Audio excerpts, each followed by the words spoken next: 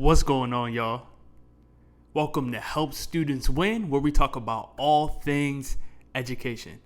My name is Jordan Davis. I'm a professional speaker, founder of JD Speaks, and your podcast host. And today, guess what? We reached inside the mailbag.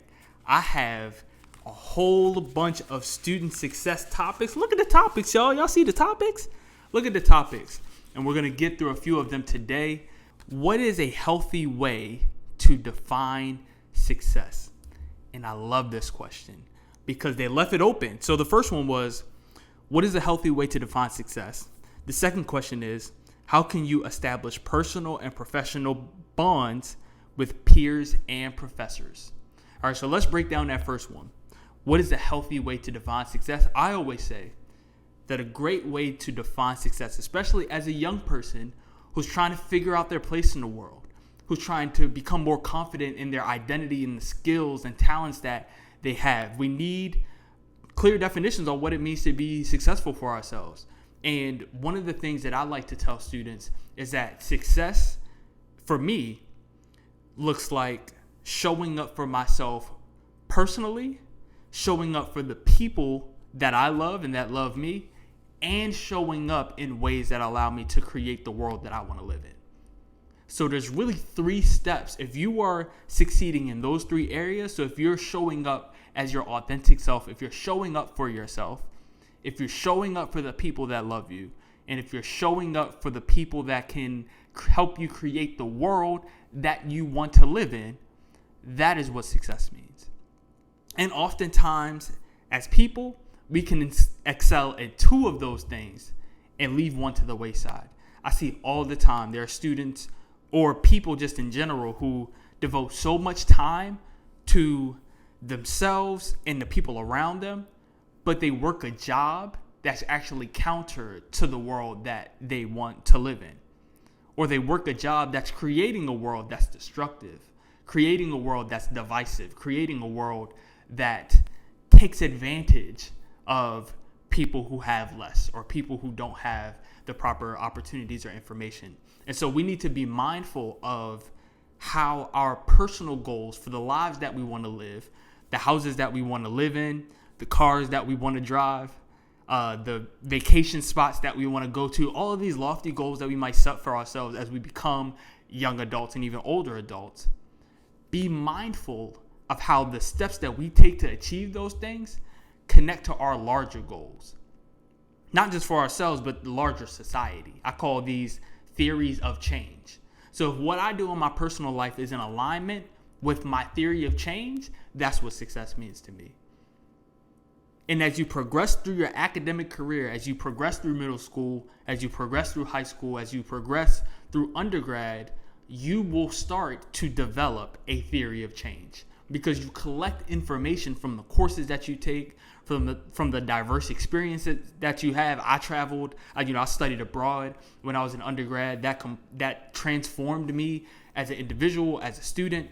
And so we have these experiences when we get to a certain level in our education that we haven't had before that transform us. And through that transformation, we develop a theory of change. And so, again, it's important that when we define success for ourselves, I always like to say, if I'm showing up for myself, if I'm making myself happy, if I can wake up 80% of the time, 85% of the time, 90% of the time, because again, 100% happiness all the time isn't realistic, right? There are going to be days where I'm not feeling up to it.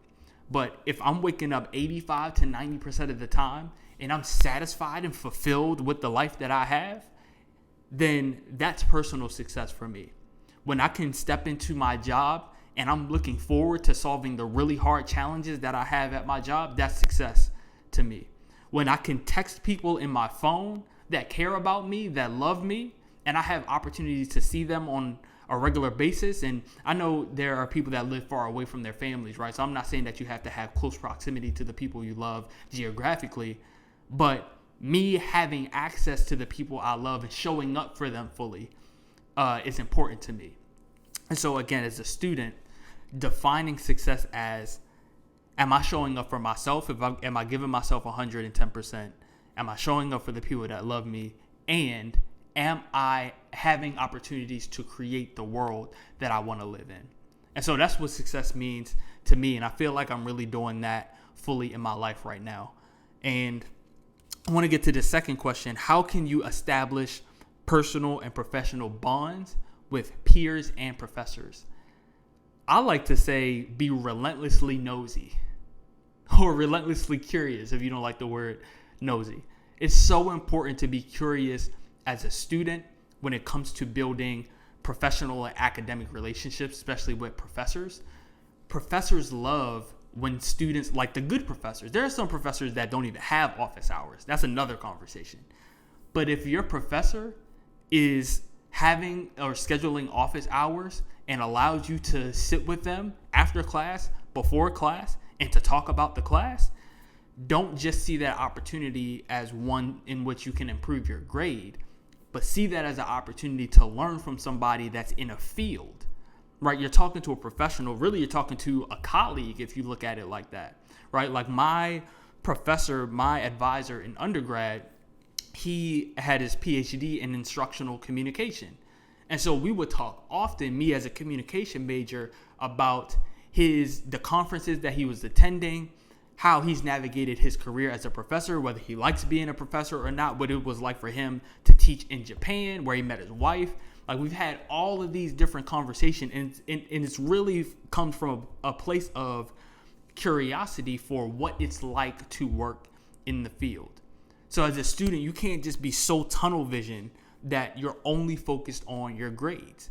Again, and I tell students all the time, when you are pursuing a degree and when you're taking classes, those classes are opportunities for you to build the skill that's needed to solve the problem that you want to solve in the world. It's an opportunity for you to practice applying the solution that you've developed over time. Again, testing out your theory of change. And so one of the ways in which I would test out my theory of change is that I wouldn't only take my assignment seriously, I would definitely do that, but I would also talk to my professors after class about, okay, now I've done this assignment. What would it look like for me to implement it in the real world? What would it look like for me to implement that outside of the confines of this class? I just wrote a policy brief this past weekend that was the person that I'm sending it to was Bernie Sanders. And Bernie Sanders is the chair of the Health, Education, Labor, and Pensions Committee in the Senate. And so after I submit this assignment, if I get the right feedback and I have an opportunity to really fine tune that, I might actually send it to Bernie Sanders, right? And so, because why not? If it's really a problem that I care about solving and I want to create the change that I kind of outlined in that policy brief, why not give it the opportunity to actually be seen by somebody who can help to implement that change? And so having that level of initiative, going to your professors and saying, what are internship opportunities for people who want to go into teaching and learning? Like, do those things exist? Do you think I should go to grad school based on what you've seen from your colleagues? How do you like it in your role? You know, I completed this assignment and I'm really passionate about this assignment. I think I did really well on it. I enjoyed it. What would it look like for me to turn this assignment into professional work? Are there people in the field that are doing work similar to the work that I had to do for this assignment? So those are the kind of questions that you ask your professors during office hours. And then that even helps you even more, because when a professor thinks about a student to do research with, or when they see a scholarship opportunity pop up in their email that might match your interests, you're one of the first people that comes to mind, and they can actually present you with some of those opportunities.